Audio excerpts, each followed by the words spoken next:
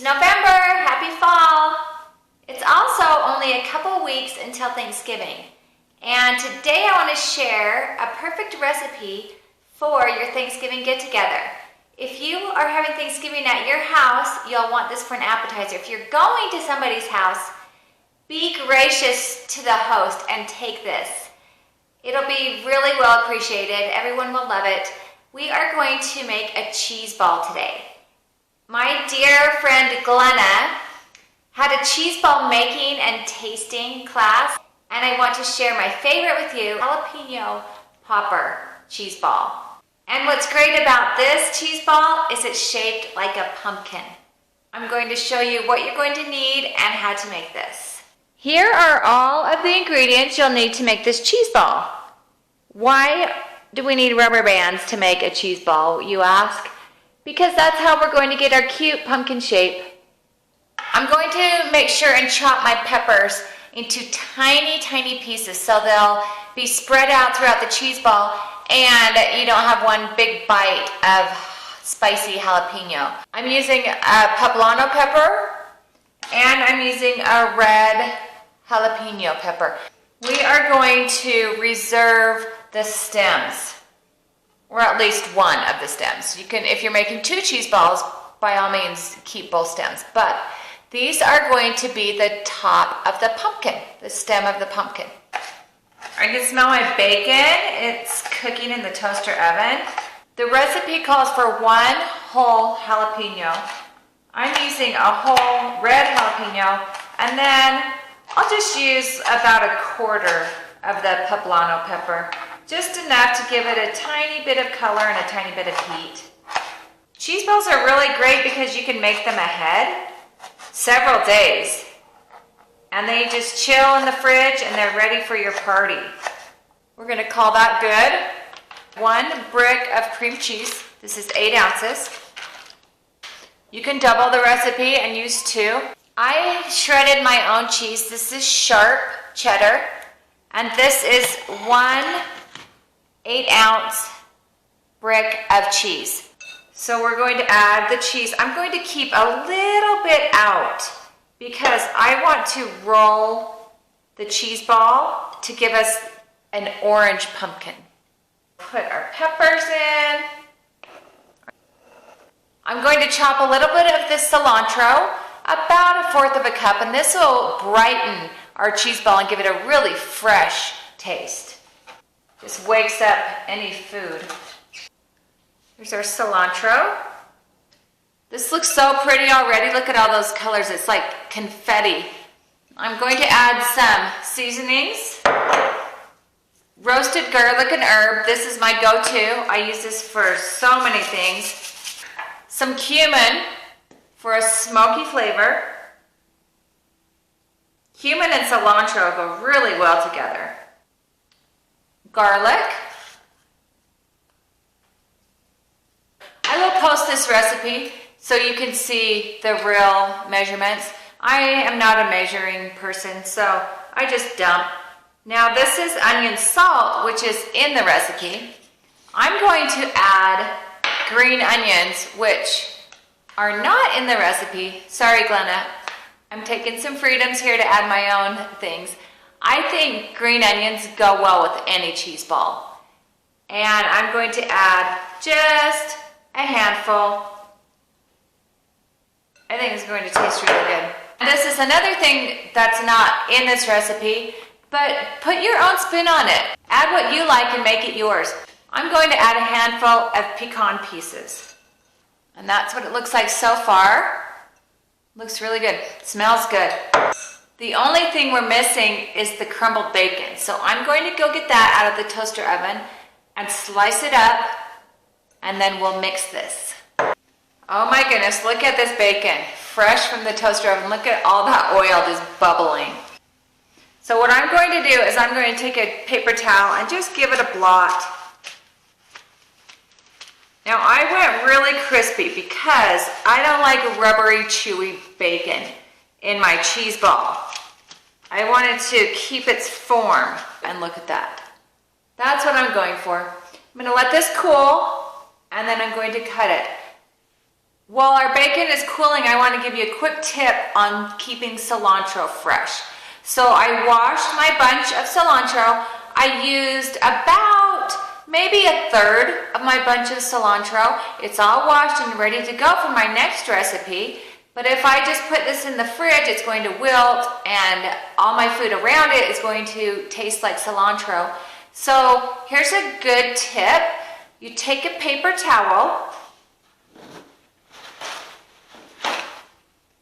and you get it wet, or I could just wrap it and then get it wet. So you wrap your cilantro, get the paper towel wet. It doesn't have to be sopping wet or dripping. I just moistened it just because this keeps your cilantro nice and crisp and fresh. And then you just put it in a Ziploc bag, already washed, ready to go. So next time I'm making salsa or another cheese ball, whatever it may be, I just go to my fridge and get this out. It's super easy to chop and it's convenient to have it already washed and ready to go for your next recipe. So that's a quick tip. I think our bacon has cooled down a little bit. I'm going to gather all of my bacon. I have 6 slices of bacon. I'm going to layer them up. Take my trusty scissors. And then I want them kind of in small pieces. It doesn't really matter. It doesn't have to be perfect. Bacon, jalapeños, cream cheese. Great combinations. This is going to taste so good. Can you hear that crunch? I got my bacon nice and crunchy. Here we go with all of our ingredients. And now we just have to mix this. Since the cream cheese is softened, this will mix up really easily. Now at our cheese ball making class, we just dug in with our hands. I'm going to use a hand mixer. It'll just take a minute.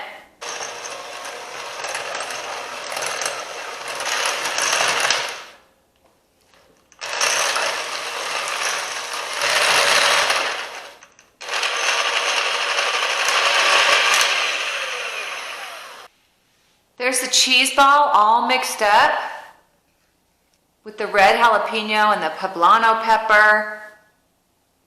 And you can put more cream cheese, you can put more toppings. I'm going to put Glenna's recipe for the jalapeno popper cheese ball and then take some liberties like I did. I added pecans, I added green onions. In one of her recipes, she added poppy seeds and that was really good. So add whatever you want to your cheese ball, but I will put the basic recipe just so you have a starting point. So I've got my saran wrap. I kind of made a plus sign with my saran wrap, and I'm going to just plop the cheese ball, and it's pretty firm already. Like I can make a ball shape. I can form a ball out of this. If it's not stiff like this, you can chill it first in the fridge. But I'm going to put about half of my cheese down in the middle of my plus, and then I'm going to put the cheese ball, and then I'm going to put the rest of the cheese. I'm kind of going to just roll it. And if you need more cheese, add some more cheese. You could crush up some cheese nips or, what are those cheese crackers? Cheez-Its or cheese nips.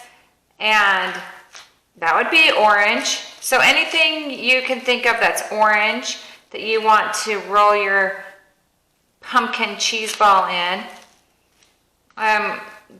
We did make a pumpkin sausage cheese ball, and it was orange because of the pumpkin in it, but it was my least favorite cheese ball, so that's why I decided to make the jalapeno popper and just put orange cheese on the outside. Okay, now I'm going to roll up the cheese ball in saran wrap, and you want to make sure it is well covered because we're putting So just make sure every little bit is covered. We're putting some rubber bands around it to get our pumpkin shape. So you want to make sure none of your cheese balls squirts out while putting on the rubber band. So here's the cheese ball. I'm going to take some rubber bands. The first one, I'm just going to put the band around half of the cheese ball, and then the other one the other way in half. So you have a quarter.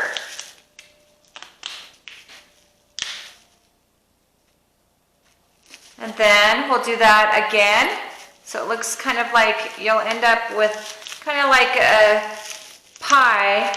And I think we'll do 8 slices of the pie, or 4 rubber bands.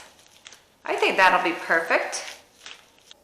So these are the little pumpkin segments.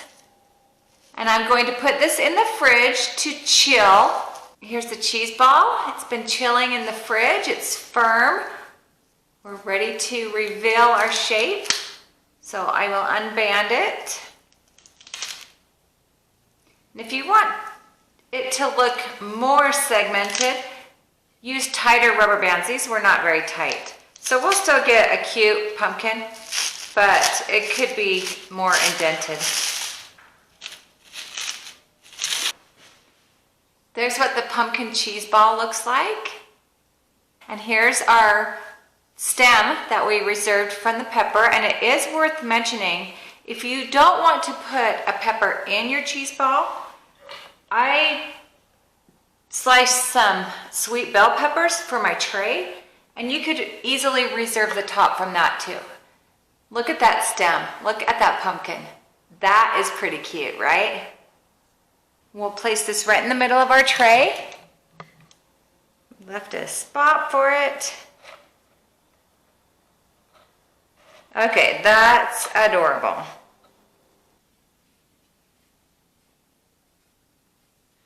It's going to taste just as good as it looks. What a fun Thanksgiving appetizer.